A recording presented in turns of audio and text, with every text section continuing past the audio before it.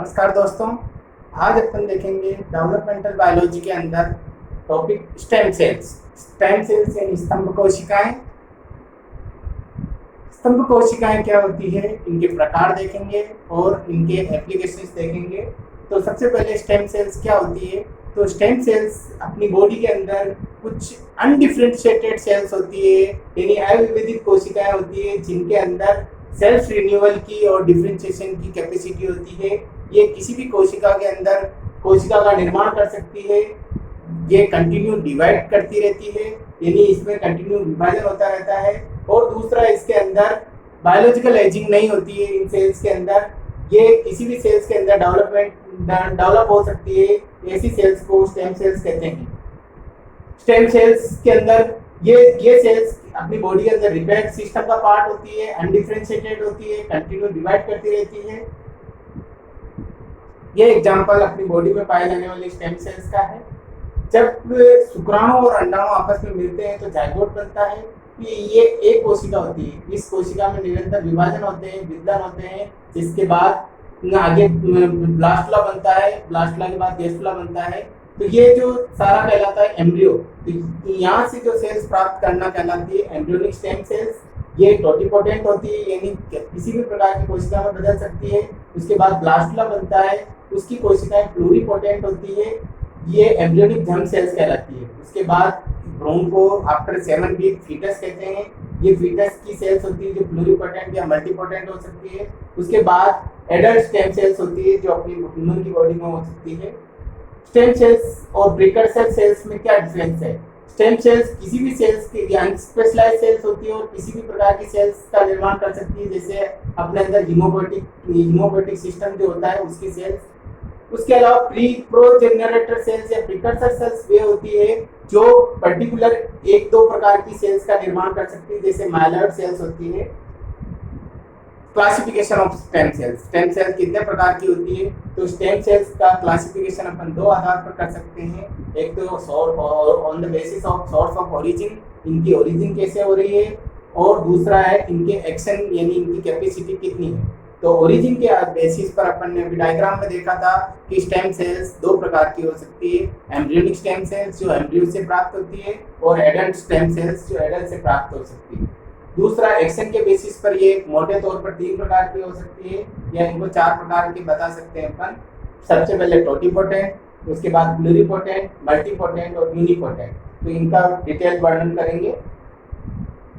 Stem cells की potency के आधार पर ये 4 प्रकार अभी बताए थे, टोटिपोटेंट, प्लूरिपोटेंट, मल्टीपोटेंट और यूनिपोटेंट। तो सबसे पहले टोटिपोटेंट किसको कहेंगे।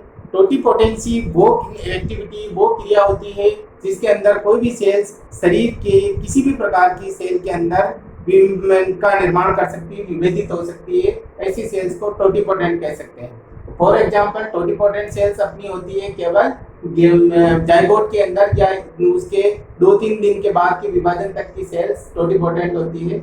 उसके बाद आती है प्लूरिपोटेंट। प्लूरिपोटेंट सेल्स शरीर की कोई भी कोशिका का निर्माण कर सकती है, यानी प्रॉपर एम्ब्रियो बना सकती है, केवल कुछ कोशिकाओं को छोड़कर। जैसे ब्लास्टुला जो ब्लास्टोसिस्ट होती है, उसकी इनर सेल मास की कोशिकाएं प्लूरिपोटेंट होती है। मल्टीपोटेंट जो होती है, ये कुछ ही प्रकार की सेल्स के अंदर विभेदित हो सकती है। ये मल्टीपोटेंट कहलाती है। जैसे अपनी माइलॉइड टिश्यू जो है वो ब्लड सेल्स आरबीसी भी बना सकती है, डब्ल्यूबीसी भी बना सकती है और प्लेटलेट्स भी बना सकती है, लेकिन उनसे किसी दूसरे प्रकार की कोशिकाएं नहीं बन सकती। ये मल्टीपोटेंट कहलाती है। और यूनिपोटेंट, जैसे कि नाम से पता चलता है, यूनिपोटेंट सेल्स केवल एक ही प्रकार की सेल्स के अंदर विभेदित हो सकती है। जैसे अपनी एम्ब्रियोनिक जर्म सेल्स जो होती है, जर्मिनल लेयर जो होती है, वो केवल शुक्राणु या अंडाणु का निर्माण ही कर सकती है। ये यूनिपोटेंट का उदाहरण है। ये डायग्राम बनाना है आपको। ये डायग्राम साफ दिख रहा है कि जो जाइगोट बनता है या कुछ कोशिकाएं होती है, ये टोटिपोटेंट होगी, इनसे पूरा शरीर बन सकता है। उसके बाद जब इसमें विभाजन होते हैं और ब्लास्टोसिस्ट बनती है, तो ब्लास्टोसिस्ट के चारों ओर ये ट्रोफोब्लास्ट लेयर होती है। उसके अलावा ये कोशिकाएं अंदर इनर सेल मास कहलाती है। ये इनर मास की सेल्स की कोशिकाएं प्लूरिपोटेंट होती है। उसके बाद इनसे आगे गेस्टुला बनता है और एडल्ट एम्ब्रियो बनता है। उनकी कोशिकाएं मल्टीपोटेंट कहलाती है। और बाद में जब कोशिका विभेदित हो जाती है तो इनकी प्रीकर्सर सेल्स यूनिपोटेंट कहलाती है। एम्ब्रियोनिक स्टेम सेल्स जो होती है, इनके टाइप्स जो है, embryonic stem cells pluripotent cells हो सकती है जो ब्लास्टोसिस्ट अवस्था तक होती है। ब्लास्टुला का निर्माण 4 से 5 दिन पश्चात होता है फर्टिलाइजेशन के। इनकी इनर सेल मास की जो कोशिकाएं होती है ये प्लूरिपोटेंट होगी और इनसे किसी भी प्रकार की सेल्स यानी पूरा एम्ब्रियो का निर्माण हो सकता है। ये इनर सेल मास की कोशिकाएं हैं, इनका कल्चर करने के बाद पूरा एम्ब्रियो बन सकता है। ये इस प्रकार स्टेम सेल्स का है। स्टेम सेल्स के एडवांटेज क्या है एम्ब्रियोनिक स्टेम सेल्स के, कि एम्ब्रियोनिक स्टेम सेल्स जो होती है फ्लेक्सिबल होती है, दूसरा ये इमोर्टल होती है और इनकी अवेलेबिलिटी आसानी से प्राप्त कर सकते हैं। इन विट्रो फर्टिलाइजेशन से शुक्राणु और अंडाणु का बाहर निषेचन करवाकर जाइगोट प्राप्त करके उनसे अपन स्टेम सेल प्राप्त कर सकते हैं। एडल्ट स्टेम सेल्स भी अनडिफरेंशिएटेड होती है, लेकिन ये टोटिपोटेंट नहीं होगी, ये केवल प्लूरिपोटेंट हो सकती है या मल्टीपोटेंट हो सकती है। जैसे अपने अंदर माइलर टिश्यू जो होता है वो मल्टीपोटेंट होता है। इनके भी कुछ एडवांटेज होते हैं। एडल्ट स्टेम सेल्स के अंदर अपने को एम्ब्रियो को मारना नहीं पड़ेगा।